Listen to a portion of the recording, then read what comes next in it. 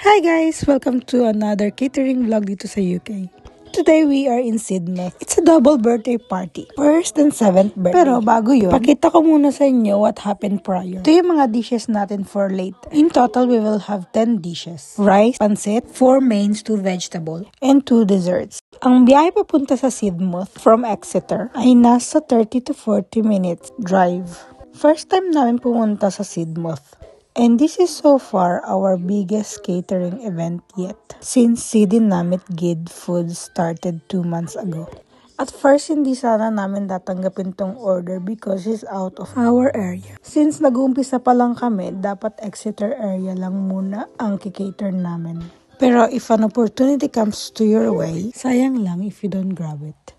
At if hindi ka lumabas sa comfort zone mo, hindi mo may experience at hindi ka matututo. Nakakatuwa lang kasi tinanong namin sa client kung sino nag-refer o saan kami nakita. It turns out, nakita lang kami sa Facebook by searching Filipino catering food. So yes, first time namin ma-meet ang mga clients namin sa araw ng event. Kahit di pa kami nakikita ng mga clients at di pa natitikman ng foods, nagtiwala agad sila sa amin at inavail agad nila yung premium buffet package. Kaya maraming salamat po for trusting CD Namit Gid Foods. Pag nag-order kayo ng lumpiang gulay or lumpiang Shanghai, lulutuin yun sa event para crispy and fresh pa rin siya. Kaya as much as possible, dapat may socket or kitchen ang event place.